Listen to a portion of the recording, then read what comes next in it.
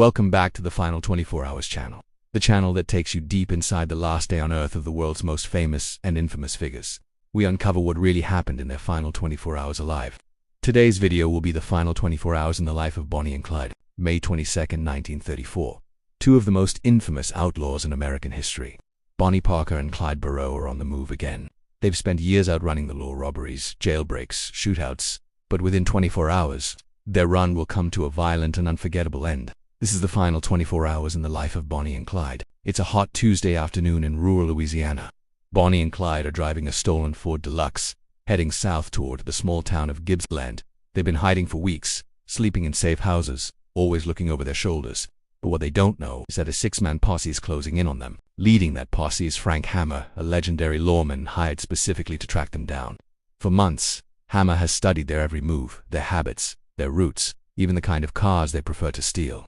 Now, he finally knows where they'll be. That night, Bonnie and Clyde stop at the home of a friend, Henry Methvin, a fellow outlaw whose family owns a small property near Arcadia, Louisiana. They share a meal, laugh quietly, and talk about heading back to Texas.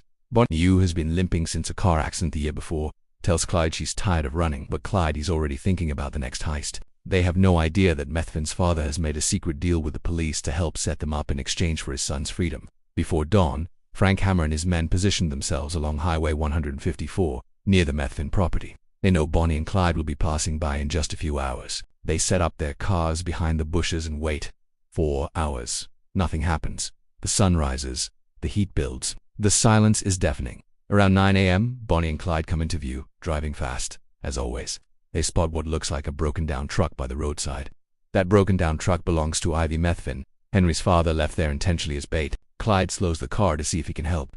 That's when Frank Hammer gives the signal. The air erupts with gunfire. 6 officers unleash over 130 rounds in less than 20 seconds. The Ford is riddled with bullets. The windshield shatters. The tires burst and the car lurches to a stop. Clyde is killed instantly.